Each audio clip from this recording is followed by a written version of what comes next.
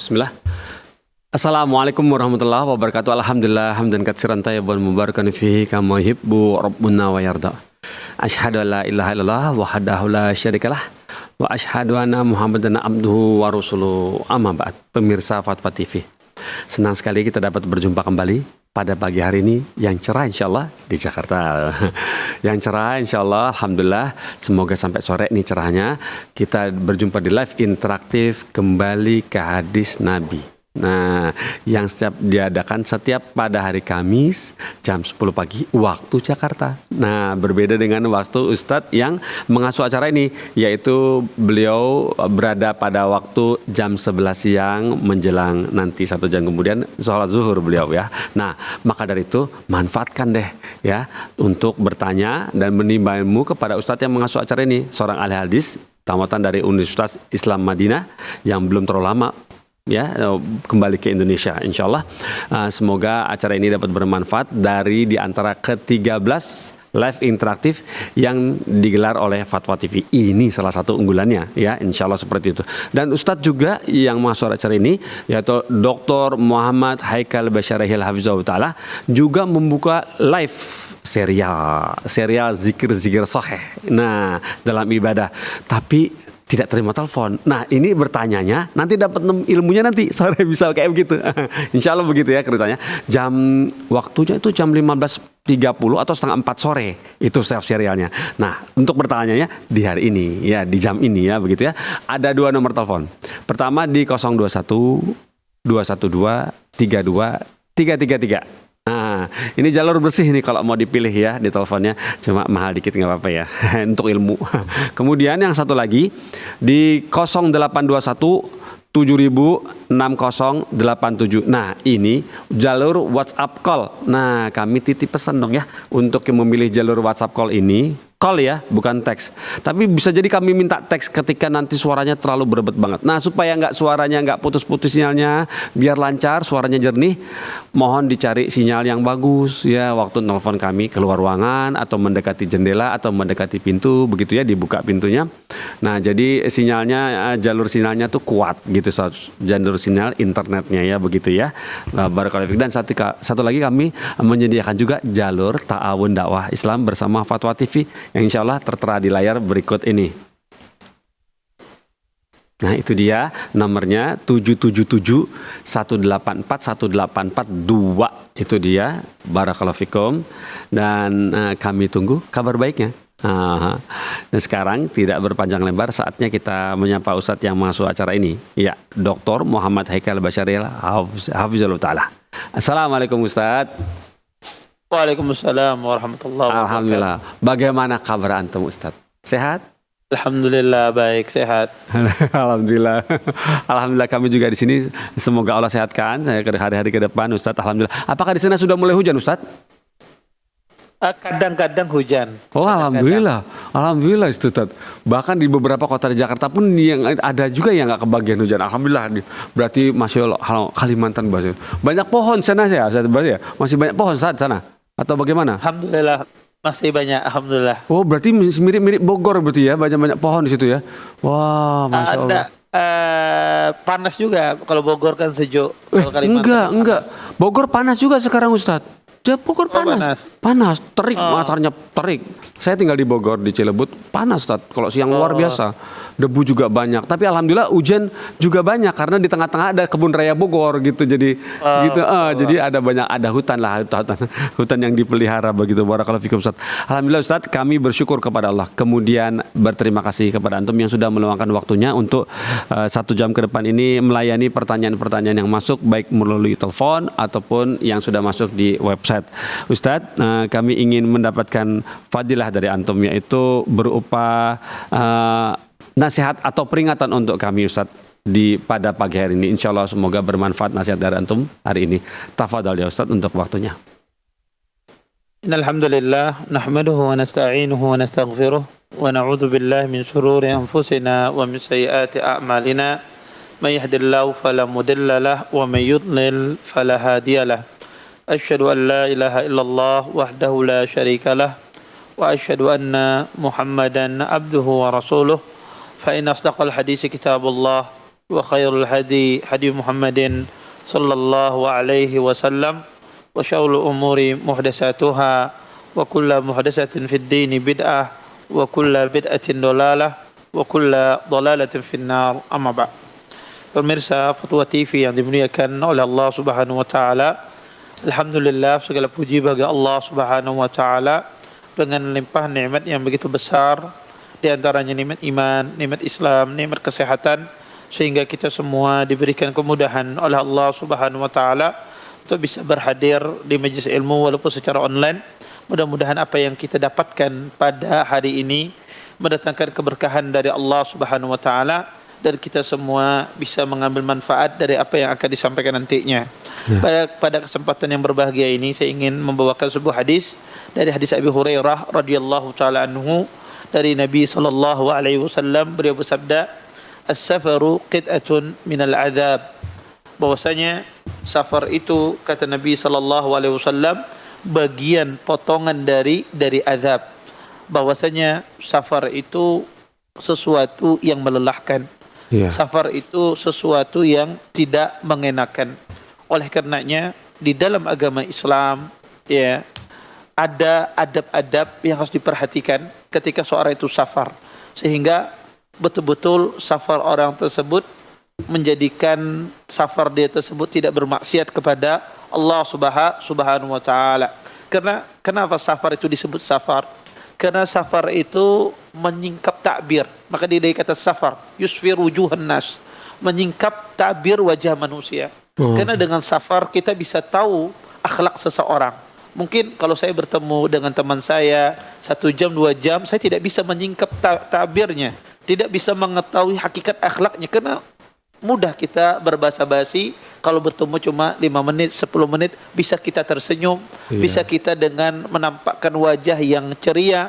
Tapi ketika safar bersama Anda berhari-hari, 3 hari, 5 hari dan seterusnya, maka Anda akan tahu bagaimana akhlak teman Anda, dan Anda akan tahu bagaimana hakikat dia. Makanya kata para ulama rahimahullahu taala, maka itulah disebut safar, karena menyingkap takbir seseorang. Oleh karenanya Islam datang untuk menjelaskan adab-adab safar ini, agar safar ini ya walaupun dia bagian dari adab, jangan sampai dia sudah bagian dari adab seseorang itu ketika dia safar terjerumus dalam hal-hal yang Allah haramkan. Oleh karenanya di antara adab yang harus diperhatikan ketika kita ini safar adalah seorang muslim hendaknya ketika dia safar jangan dia sendiri. Maka hendaklah dia safar berombongan ya 3 orang ya atau lebih. Sebagaimana disebutkan dalam hadis Abdullah bin Umar radhiyallahu taala anhuma, Nabi sallallahu alaihi wasallam kata beliau dari Nabi sallallahu alaihi wasallam, "Lau ya'lamun nas ma fil wihdati ma a'lamu ma sara raqibun bilailin wahdahu." Kata Nabi sallallahu alaihi wasallam, kalau seandainya manusia tahu terhadap perihal tentang kesendirian, maka tidak ada satu orang pun ya yang berani berjalan di malam di waktu sendirian. Artinya safar dia sendirian di malam hari. Maka Nabi SAW di dalam hadis ini ya menjelaskan kepada kita tentang bahwasanya dimakruhkan seseorang itu safar di malam hari sendirian. Ya, apalagi safarnya di malam hari sendirian, maka itu dimakruhkan. Kenapa? Karena kesendirian itu lebih condong seseorang itu mudah dia tergoda terhadap perbuatan maksiat. Makanya syaitan itu selalu menggoda orang yang sendiri. Nabi SAW mengatakan, "Innama ya'kulu dhi'bu minal ghanamil qasiyah." Kata Nabi SAW, sesungguhnya syaitan serigala itu memangsa hewan ya gerombolan hewan yang terpisah dari gerombolannya. Yaitu kambing yang terpisah dari gerombolannya. Maka serigala itu kalau dia menerkam, dia tidak akan menerkam rombongan tersebut, tapi yang terpisah dari rombongan itulah yang dikejar sama dia. Maka syaitan pun juga demikian, kata Nabi SAW. Syaitan itu menerkam orang yang sendiri. Adapun dia berjamaah 3 orang atau lebih, dia tidak bisa.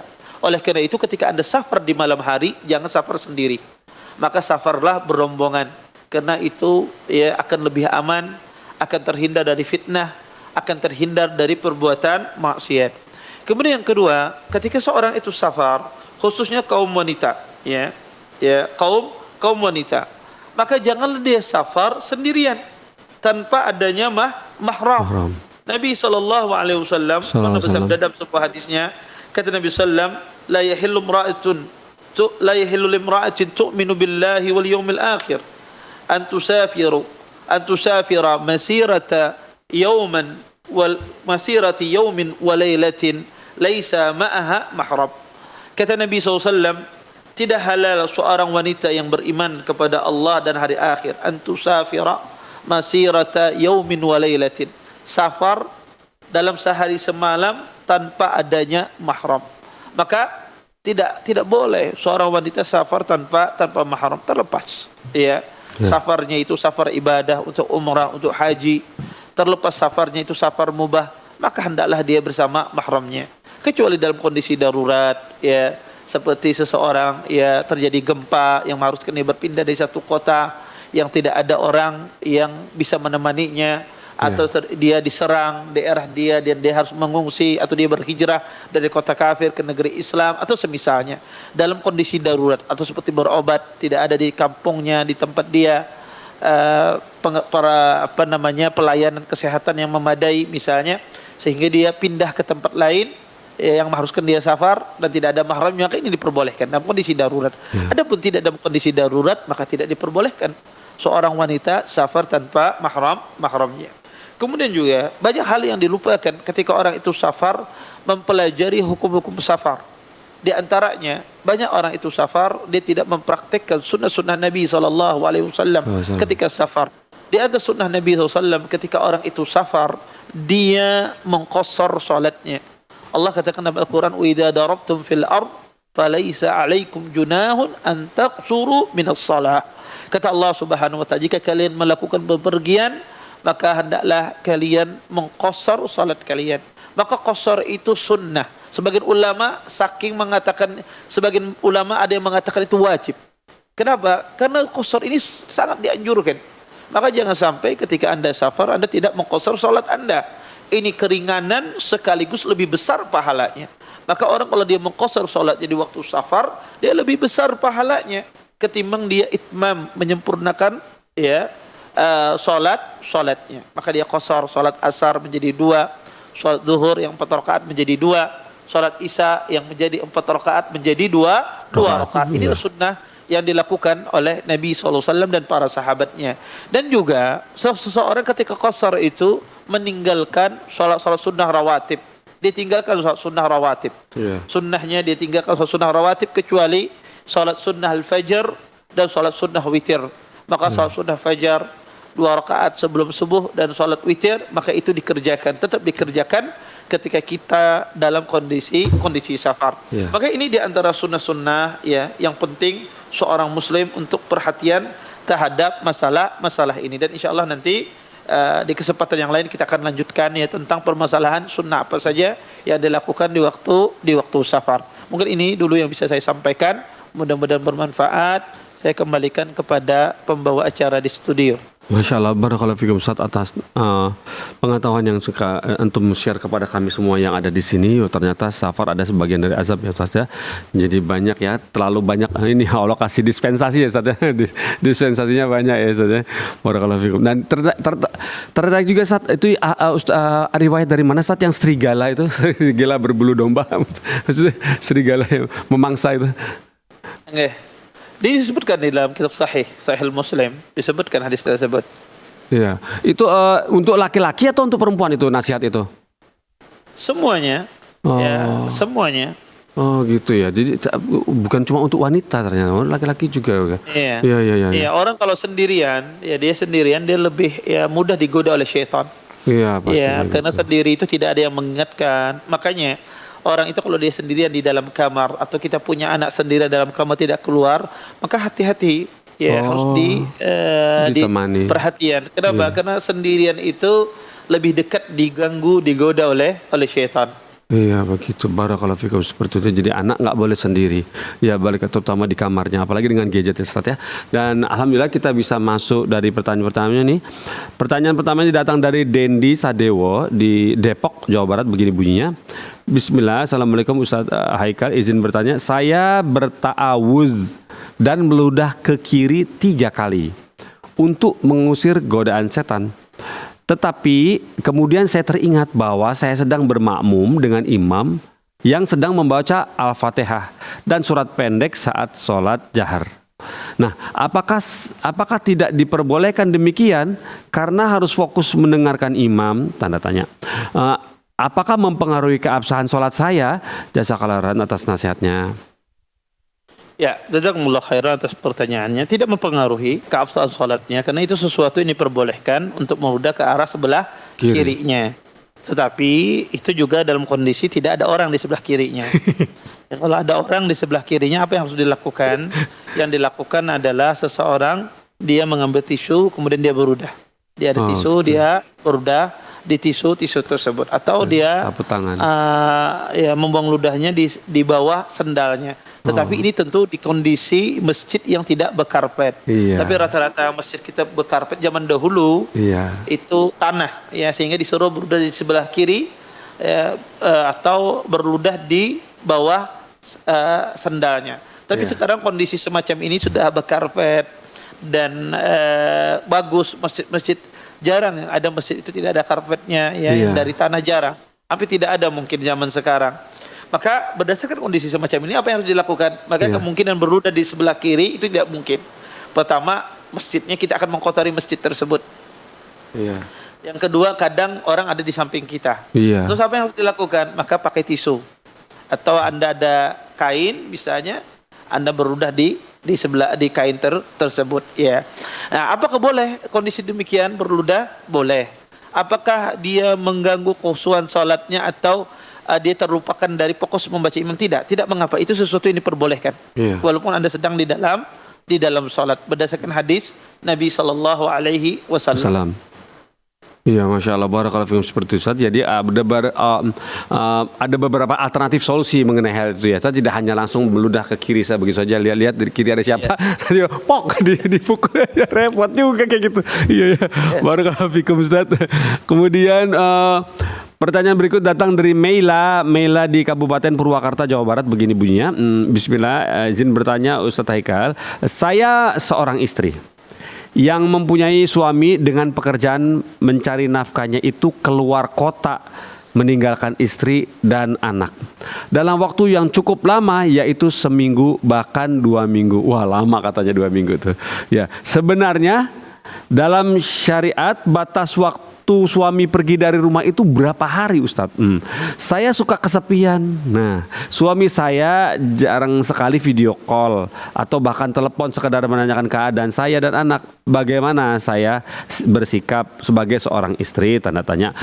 Mohon pencerahannya, jazakallahu khairan, Ustadz, gitu. Iya. Jazakumullah khairan atas pertanyaannya.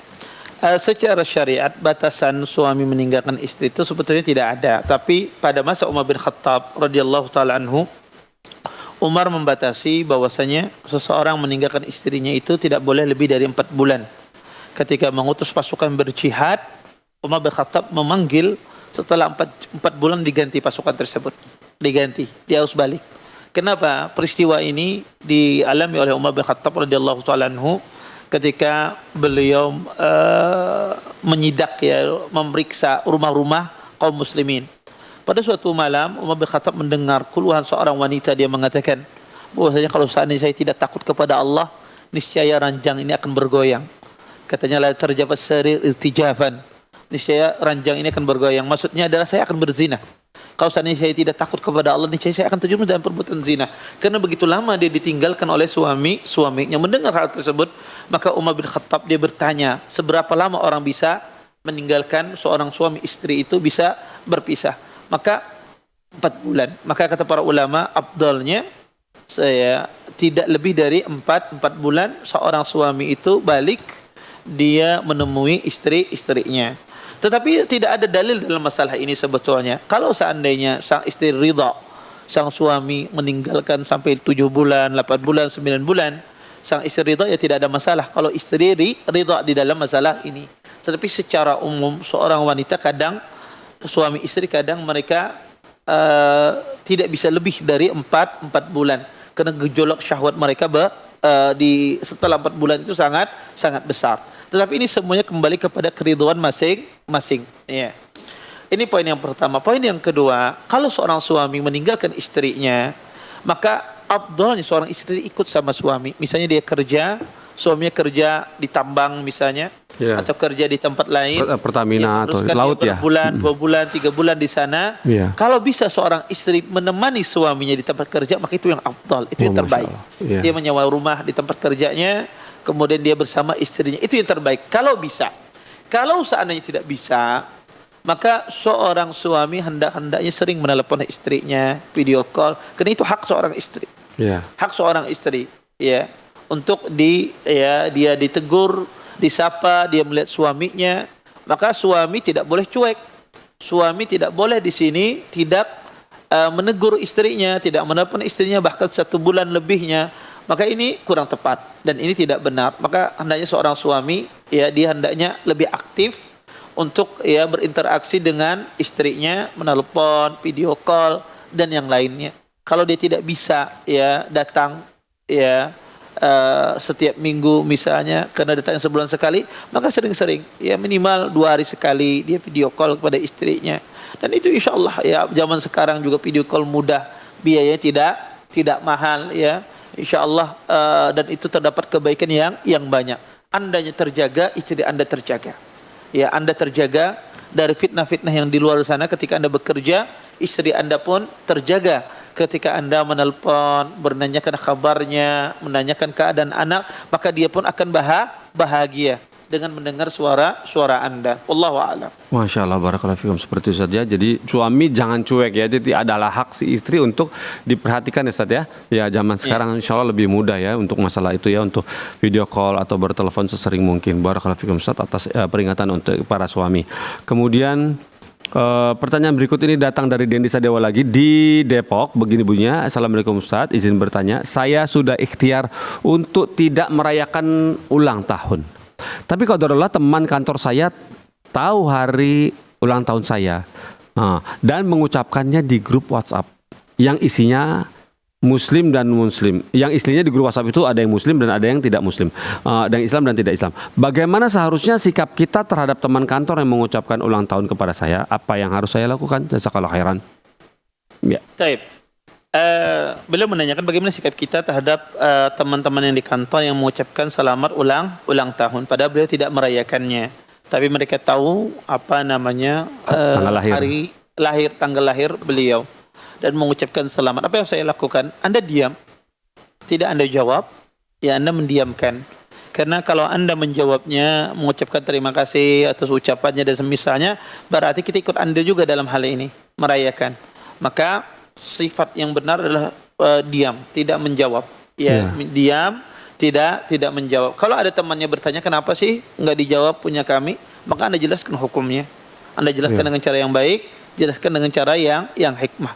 Kalau bisa Anda jelaskan di grup itu silahkan. Kalau itu masalah terbesar dijelaskan di grup, jelaskan hukumnya. Kalau tidak bisa maka Anda diam. Kalau ada yang bertanya kenapa Anda tidak membalas ucapan dan seterusnya, maka katakan jelaskan hukumnya secara syariat semacam itu. Wallahu a'lam. Ya, Masya Allah, barakallahu fikum, seperti Ustaz ya jawabannya ya. Alhamdulillah, semoga yang bertanya Mas Dendi bisa paham ya Pak ya. Kemudian kita masuk ke pertanyaan berikut ini dari Raihan Aqil Muhyiddin di Bekasi, Jawa Barat. Begini bunyinya, Assalamualaikum warahmatullahi wabarakatuh. Ustaz Haikal, izin bertanya, ini ada sebuah amalan yang ini dibuka oleh beliau ini, Bapak Raihan ini. Ustadz, ini pertanyaan sebenarnya, ingat, tanda seru, Jumat hari ini adalah Jumat terakhir bulan Rajab tahun ini. Dituliskan dalam kitab Kanzun Najahi Wasrur. Barang siapa yang membaca Ahmad Rasulullah Muhammadun Rasulullah itu 35 kali pada Jumat terakhir bulan Rajab ketika khotib di atas mimbar, maka dalam tahun itu dia tidak akan mendapatkan uang sama sekali, atau dalam kurung rezekinya dia tidak memiliki uang sama sekali. Oh, tidaknya 2 kali. Dalam kurung rezekinya akan mengalir terus tanpa putus dalam tahun itu. Kurung tutup. Nah, apakah hadis ini sahih, Ustaz? Sakalaran. Ya. Jazakumullah khair atas pertanyaan. Itu tidak ada hadisnya. Ya, itu tidak ada hadisnya dan itu disebut dengan la aslalahu, tidak ada usulnya. Jadi ada ilmu hadis itu ada hadis maudhu'at. Hadis yang paling jelek itu adalah hadis la aslalahu. La aslalahu itu tidak ada sumbernya. Jadi tingkatan hadis itu pertama, hadis yang tidak diterima itu hadis lemah. Iya. Ya, ini ada sanadnya. Yang kedua hadis lemah sekali. Ya, ini juga ada sanadnya. Yang ketiga ada hadis palsu. Hadis palsu itu rawinya berdusta. Dalam periwayatan hadis pernah berdusta. Ya, pernah berdusta, maka disebut hadisnya adalah hadis palsu. Tapi ada sanadnya, kalau Anda cari di buku ada hadis tersebut. Ya, ada hadisnya, sanadnya ada ya. Diriwayatkan di buku-buku. Yang keempat ada hadis la aslalahu, tidak ada asalnya. Jadi kalau Anda cari hadis tersebut tidak ada di buku-buku. Di buku-buku hadis tidak ada, cuma karangan sendiri. Maka di tempat kita ini sering sekali hadis la aslalahu itu banyak di medsos, di mana gitu ya. Disebutkan ini hadis padahal tidak ada wujudnya. Tidak ada wujudnya. Saya pernah berusaha ingin mengumpulkan ya, pertama kali saya datang di sini mengumpulkan hadis-hadis yang tersebar di medsos yang tidak ada asalnya gitu ya. Saking banyaknya saya tidak sanggup lagi mengumpulkannya. Ya.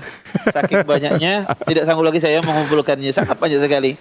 Ya. Hadis-hadis yang tidak ada asalnya kadang di-share di medsos, di WA dan semisalnya. Kadang ada momentum tertentu mereka share ya, maka ini tidak benar. Ya, dan ini hati-hati ya. Karena dusta atas nama Nabi itu bukan berdusta atas seperti dusta biasa. Kata Nabi SAW, "Falyatabawwa maq'adahu minan nar." Maka siap-siap dia menyiapkan tempatnya di neraka. "Man kadzaba 'alayya muta'ammidan falyatabawwa maq'adahu minan nar." Kata Nabi, barang siapa yang berdusta atas namaku dengan sengaja, maka siapkan tempatnya di neraka. Maka hati-hati ketika kita meng-share sesuatu, maka tanya dulu ini sahih apa tidak hadisnya. Jangan sampai kita ikut andil dalam menyebarkan kedustaan terhadap Nabi SAW. Dusta atas Nabi itu berbeda dengan saya berdusta atas nama Pak Pongki misalnya, berdusta atas nama beliau. Berbeda hukumnya. Berdusta atas dusta itu secara umum dosa besar. Tetapi lebih besar lagi dosanya ketika orang itu berdusta atas nama Nabi Muhammad SAW. Langsung disuruh disiapkan rumahnya di neraka. Siapa yang sanggup? Ya, dengan nerakanya Allah Subhanahu wa taala, semacam itu. Wallahu a'lam. Masya Allah, barakallahu fikum, seperti itu. Jadi dusta kepada orang biasa dengan dusta atas nama Nabi jauh berbeda ya, Ustaz ya, berbeda sekali ya. Hukumannya nanti juga berbeda. Barakallahu, nauzubillah min dzalik walauzubillah, jangan sampai. Kemudian berikutnya ini pertanyaan ini datang dari Ade Septian di Jawa Timur. Adik D-nya 2, Ade Septian di Jawa Timur, Probolinggo. Begini bunyinya, Assalamualaikum warahmatullahi wabarakatuh. Ustaz Haikal, izin bertanya Ustaz, ana menikah 8 tahun, qadarullah belum dikaruniai keturunan. Ana dan istri berencana untuk mengangkat anak di bawah usia 2 tahun. Dan istri ana akan mengikuti program induksi laktasi sehingga bisa memproduksi ASI dan menyusui tanpa proses alami, dalam kurung maksudnya melahirkan. Apakah dengan menyusui dengan program induksi laktasi anak itu bisa menjadi mahram kami ya Ustadz? Terima kasih Ustadz dan tim Jazakumullah khairan katsiran. Begitu. Iya. Kalau seandainya tadi mengambil anak, mengadopsi anak, kemudian anaknya mau dijadikan mahram dengan cara disusui, istrinya diinduksi agar keluar air susunya. Selama anak itu masih kurang dari 2 tahun disusuin, maka dia jadi mahram. Masya Allah. Maka dia jadi mahram. Adapun lebih dari 2 tahun, ini terjadi khilaf di kalangan para ulama yang diistilahkan dengan radha'atul kabir. Para ulama rahimallahu taala ya sepakat bahwasanya kalau anak itu yang disusui, kalau dia masih kecil kurang dari 2 tahun disusui 5 kali, dia mengenyot susu tersebut, berhenti, kemudian berhenti, kalau sudah kenyang ngisap lagi ya sampai 5 kali, maka dia dikatakan radha'ahnya sah. Artinya dia menjadi mahram bagi sang istri dan juga bagi sang suami kalau seandainya anaknya adalah perempuan. Maka yang kecil ini tidak masalah. Yang kecil kurang dari 2 tahun. Yang jadi masalah adalah ketika anak itu disusui lebih dari 2 tahun. Usianya sudah lebih dari 2 tahun. Bagaimana hukumnya? Ini disebut dengan masalah khilaf rada'atul kabir, tentang masalah susuan anak yang sudah besar. Terjadi khilaf di kalangan para ulama dalam masalah ini. Jumhur ulama rahimahullahu taala mengatakan bahwasanya radha'ah, ya, susuan untuk anak yang usia di atas 2 tahun itu tidak sah. Karena berdasarkan keumuman hadis Nabi sallallahu alaihi wasallam, bahwasanya kata Nabi sallam, wa kana qabla al-fitam. Susunya radha'ah itu sebelum anak itu berhenti menyusu, sudah disapi, sebelum disapi. Kalau sudah disapi, selesai disapi, maka kata mereka tidak berlaku lagi susuan ini. Sebagian ulama memandang bahwasanya, ya,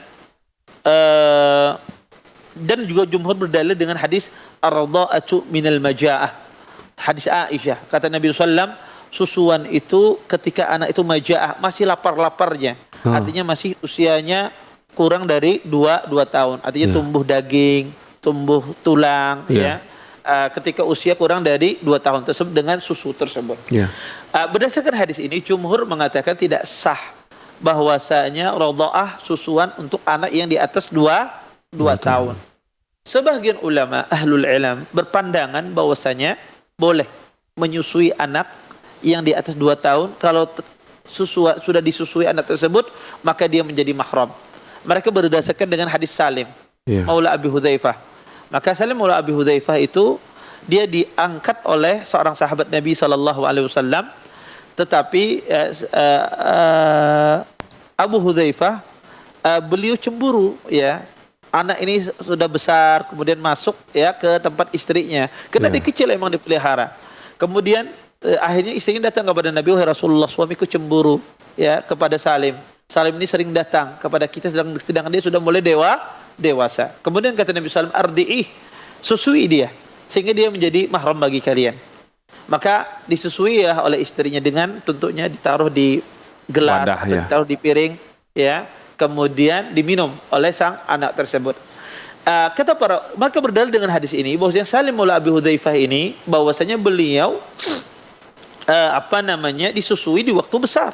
Dan dikatakan menjadi mahram, sehingga kata mereka ini membolehkan adanya mahram bagi anak yang sudah disusui di waktu tua atau di waktu sudah besar lebih dari 2 tahun. Ini dalil ulama yang membolehkan, tetapi jumhur menjawab tidak, itu kekhususan bagi Salim. Kekhususan bagi Salim, dan itu kasus waqi'atul ain, kasus khusus yang diperbolehkan oleh Nabi sallallahu alaihi wasallam.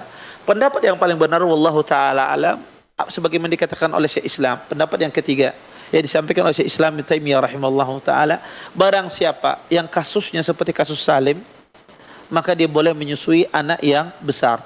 Barang siapa kasusnya bukan kasus Salim, maka tidak boleh. Jadi orang kalau dia memelihara anak dari sejak kecil dia pelihara, dan qaddarullah, ya, anak tersebut hidup bersama dia sampai besar misalnya, dan anak itu belum disusui, maka dia boleh disusui.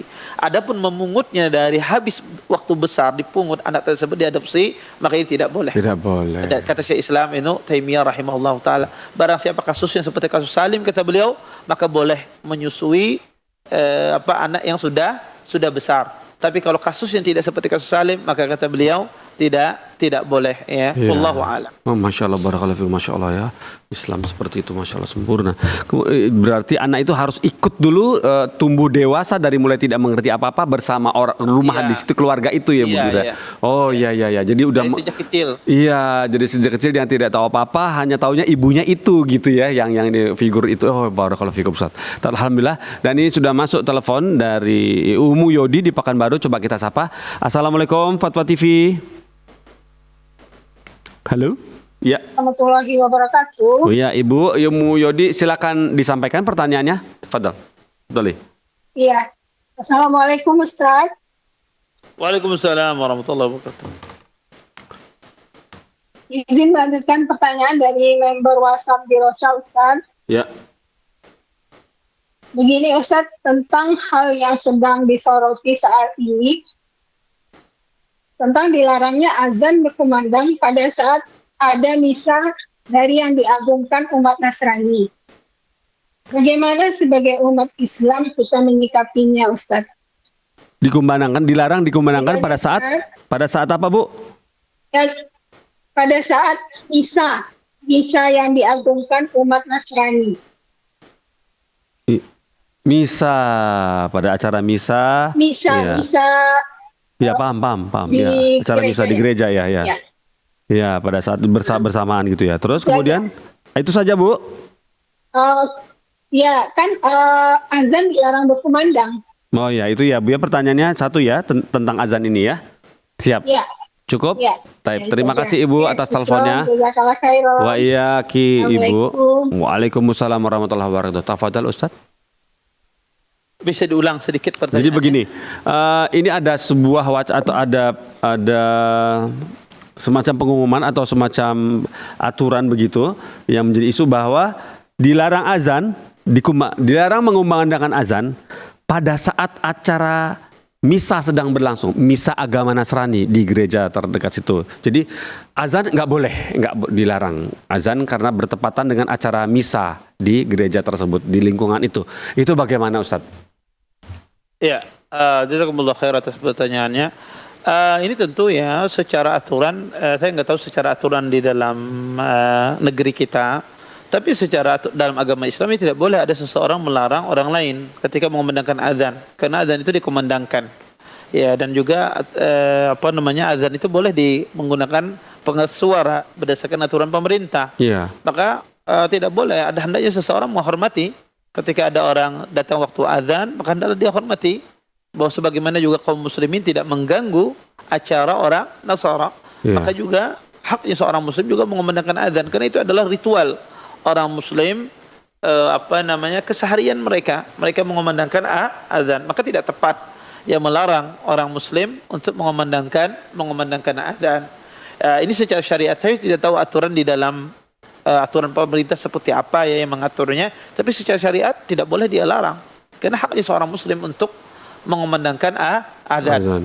Kemudian ada sedikit tadi saya menambahkan ya tentang masalah kasus Salim Maula Abi Hudzaifah, tentang masalah nyusui yang besar. Jadi kalau kasusnya seperti kasus Salim Maula Abi Hudzaifah, dia dipelihara dari sejak kecil, atau juga kata para ulama rahimallahu taala ada hajat, seperti misalnya anak ini sering masuk melihat aurat istrinya, maka dia butuh untuk agar auratnya tidak nampak ya, karena kalau bukan mahram tidak boleh dilihat. Sedangkan anak ini sudah dipelihara, maka tidak masalah dia menyusui, ini ada hajat namanya. Ya, karena atau susah untuk dipisah anak itu karena sudah sering dari sejak kecil bersamaan sama orang tuanya duduk misalnya, maka kalau tidak disusui maka tidak boleh dia melihat orang tua yang padahal orang tua ini bersama dia. Maka ini hajah.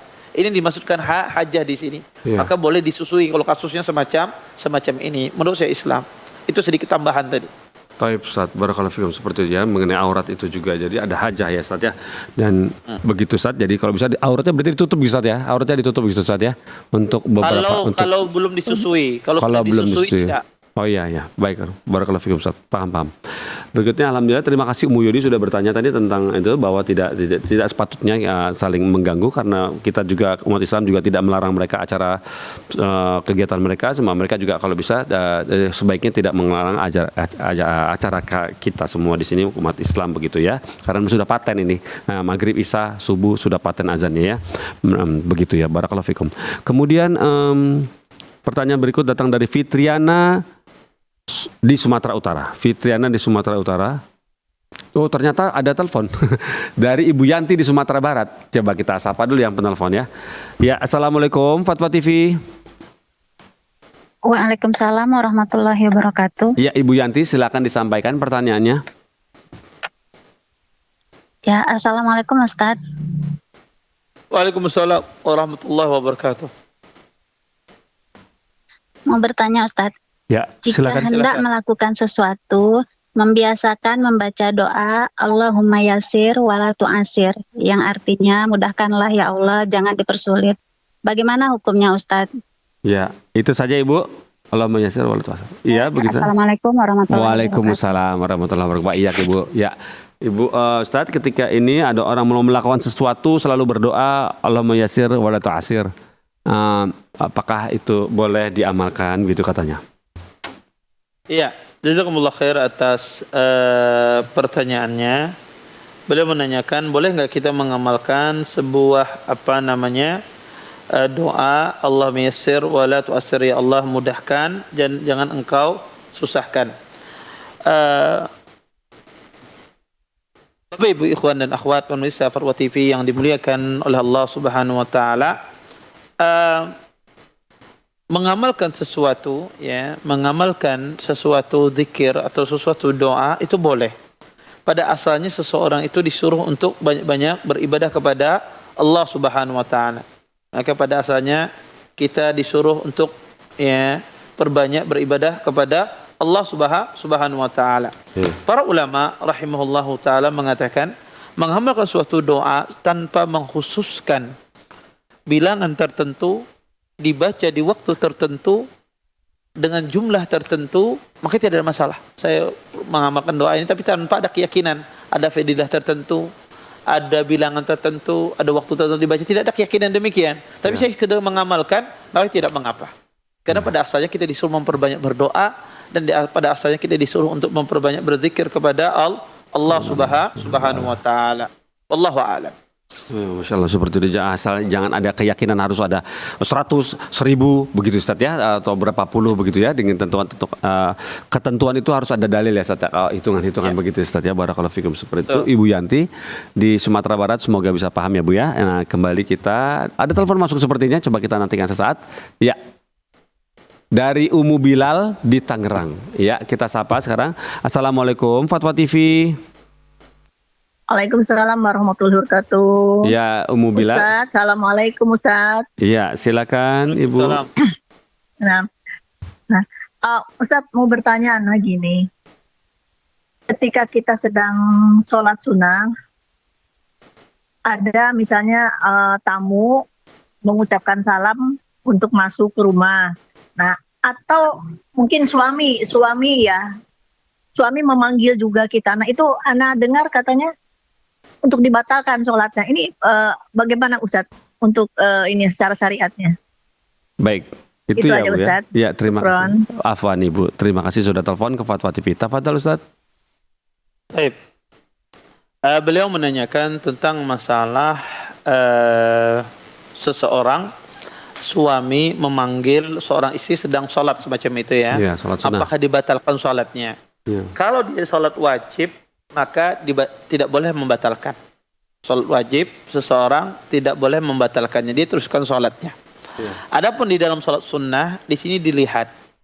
Kalau seandainya dia teruskan sholatnya tidak menimbulkan mudarat, artinya suami tidak marah ketika dia meneruskan sholatnya dan tidak terjadi apa-apa, maka teruskan sholatnya. Tapi kalau seandainya kalau dia tidak batalkan sholat sunnahnya, suaminya marah atau mungkin suaminya pergi sehingga tidak jadi lagi ke rumah dan seterusnya, ada mudarat yang timbul, maka dibatalkan sholatnya. Jadi ketika sholat wajib tidak dibatalkan kecuali dalam kondisi darurat. Ada orang memanggil minta tolong misalnya, itu dibatalkan dalam sholat wajib. Tapi kalau tidak dalam kondisi darurat tidak dibatalkan. Adapun di dalam sholat sunnah, kalau yang memanggil misalnya suami, ini dilihat apakah kalau kita teruskan itu menjadi mudarat atau tidak. Kalau tidak mudarat, maka lanjutkan sholatnya. Tapi kalau menimbulkan mudarat, maka batalkan sholatnya. Atau Anda bisa dengan mengasih isyarat Allahu Akbar. Dan juga boleh kalau seandainya bisa membuka pintu sambil sholat tanpa mengubah posisi Anda dari kiblat, menghadap kiblat, lakukan. Misalnya kiblatnya, pintunya di depan, Anda sholatnya di situ, dekat pintu. Anda maju ke depan, Anda buka, boleh. Tidak ada masalah, teruskan salat. Tapi kalau seandainya susah, berkelok-kelok rumahnya misalnya, ya, yang mana dia akan nanti kalau dia membuka pintu akan menyelisih kiblat, maka tadi dilihat tadi kondisinya. Salat wajib teruskan, sempurnakan. Kecuali dalam kondisi darurat, orang minta tolong, ya, harus dibuka, maka itu dibatalkan.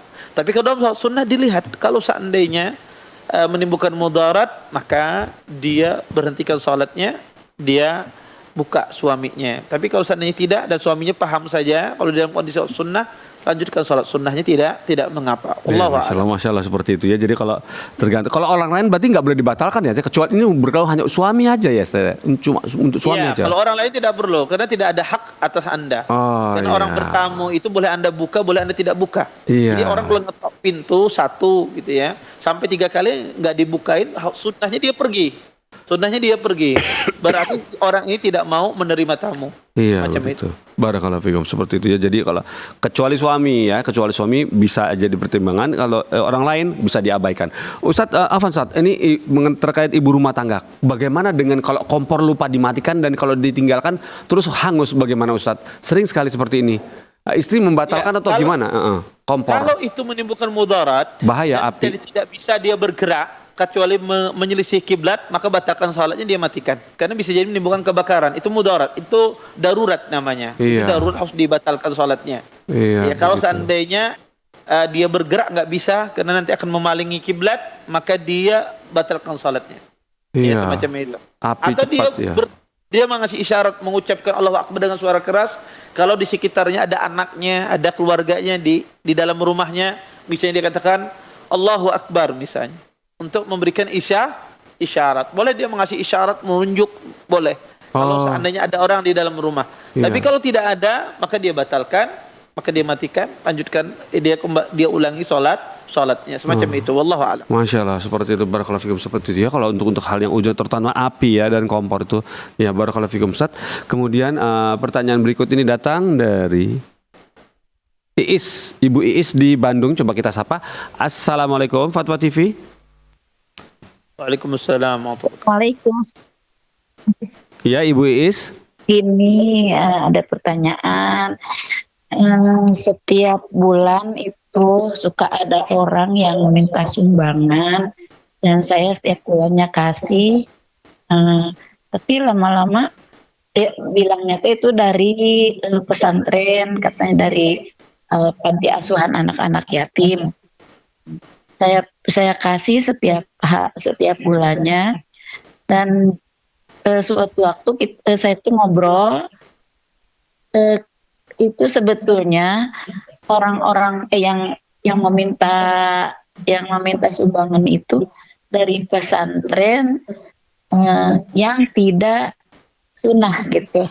Iya. Apakah saya harus terus, karena dia mengatakan donatur katanya gitu. Iya. Apakah saya harus terus mengasih setiap bulannya, Ustaz? Syukran, jazakallah khairan. Assalamualaikum warahmatullahi wabarakatuh. Waalaikumsalam warahmatullahi wabarakatuh. Iya Ustaz, bisa didengar ya setel dengan. Bisa disingkat Pak Mas? Oh, jadi Pak Pongki, pertanyaan. ada Ibu Is di Bandung tadi bertanya tentang setiap bulannya atau setiap bulan rutin itu ada orang yang meminta sumbangan mengatasnamakan pesantren atau yatim begitu. Dan apakah ini sebaiknya dilayani atau tidak dilayani Ustadz dari sumbangan ini, dan mereka menyatakan ibu bisa jadi donatur atau segala macam seperti itu kondisinya? Ya. Ya, jazakumullah khair atas pertanyaannya. Pada asalnya kalau kita punya kelebihan, kita disuruh untuk membantu saudara kita, anak-anak yatim, orang-orang fakir, orang miskin. Pada asalnya demikian. Kalau kita punya kelebihan, disuruh kita bersedekah. Ini secara asal, dan itu sesuatu yang perbuatan yang dipuji ya di dalam agama Islam. Tetapi perlu yang jadi pertimbangan kita adalah apakah itu benar atau tidak. Ini yang menjadi masalah. Apakah yang mereka ajukan itu betul apa tidak? Kadang kita tidak tahu yang datang ini orangnya terpercaya apa tidak. Ini yang jadi masalah. Kita tidak ingin uang kita kasihkan niatnya untuk anak yatim, ternyata dipakai untuk keperluan pribadi misalnya, atau pada hal-hal yang tidak kita inginkan. Maka ini butuh namanya kepercayaan terhadap orang yang datang tersebut. Nah, jadi permasalahan yang datang ini kita tidak tahu. Nah, gimana caranya? Apakah kita percayai apa yang dia ucapkan, apakah tidak? Saya kasih contoh pada masa Nabi SAW, sehingga ini jadi pertimbangan bagi Anda. Pada masa Nabi SAW ada seorang sahabat, sahabat ini ingin menikahi seorang wanita yang menawarkan dirinya kepada Nabi. Kemudian ditanya oleh Nabi, sahabat ini, apakah engkau punya mahar? Kata dia tidak. Kata Nabi SAW, kata dia tidak. Saya orang fakir wahai Rasulullah. Kata Nabi, cari dulu mahar. Ya, iltamis walau khataman min hadid. Kata Nabi, cari mahar walaupun dari cincin yang terbuat dari besi, ya, cincin yang sangat murah. Dicari oleh sahabat ini tidak dapat, tidak ketemu. Ya, tidak ketemu. Kemudian disuruh oleh Nabi melakukan ini. Di sini kenapa Nabi SAW tidak mempercayai sahabat ini di awal? Maksudnya, kenapa Nabi tidak mengambil perkataan sahabat ini di awal? Karena Nabi SAW juga pengen mencari bukti. Betul tidak? Orang ini betul-betul fakir apa tidak? Ya. Nabi SAW meminta bukti. Walaupun itu sahabat diminta bukti oleh Nabi, tunjukkan kefakiranmu di hadapan saya. Sehingga Nabi memberikan solusi yang lain. Nabi tidak langsung mengambil perkataan sahabat, bukan mendustakan, tidak. Tetapi Nabi mengajari kepada kita segala sesuatu itu harus ada buktinya. Nah, makanya kalau ada orang datang, maka Anda mungkin bisa minta buktinya. Mana buktinya, ya, alamatnya di mana, terus yayasannya seperti apa. Cari buktinya. Kalau dia bisa mendatangkan bukti yang mana bukti itu menjadikan kita yakin bahwasanya ini betul-betul digunakan untuk anak yatim, uang kita ini tidak akan diambil, ditilap, maka silahkan Anda kasihkan. Tapi kalau seandainya tidak ada kejelasan, maka saya rasa lebih baik uang Anda gunakan ke yayasan yang jelas-jelas, yang Anda tahu bahwasanya digunakan untuk kebaikan semacam itu. Masya Allah. Wallahu a'lam. Masya Allah, barakallahu fikum. Jadi tabayun ya intinya, dicek ya, ya. Iya. Begitu. Jadi harus dicek. Jadi semoga Ibu Iis ya, juga pemirsa yang lain juga bergerak sedikit lagi, dicek baik dia di data internet atau datang ke tempatnya, silakan dicek ya Bu. Kalau ada waktu, ya semoga disempatkan. Jadi waktu menyumbang mantep gitu kata Ustadz, atau disumbangkan ke tempat yayasan yang udah jelas-jelas, yang udah pasti gitu ya, terlihat dengan mata, kelasnya, sekolahnya begitu. Seperti itu ya, begitu ya Ustaz ya? Ya. Barakallahu fikum Ustaz. Alhamdulillah Ustaz. Setelah antum jawab dari Ibu Is di Bandung ini, alhamdulillah sudah mentuntaskan sementara pada pagi hari ini. Ustaz, kami tutup acara ini Ustaz. Boleh silahkan. Alhamdulillah Ustaz. Insyaallah ketemu ilaku sampai nanti sore Ustaz ya. Barakallahu fikum. Pemirsa Fatwa TV, acara pagi ini sudah selesai. Nah, semoga Allah mempertemukan kembali di pekan depan ya, di acara yang sama. Ustadznya yang sama, hari yang sama, jam yang sama, insyaallah. Kita tutup dengan kafaratul majelis. Subhanallah wa bihamdika asyhadu an la ilaha illa anta astaghfiruka wa atubu ilaika. Wassalamualaikum warahmatullahi wabarakatuh.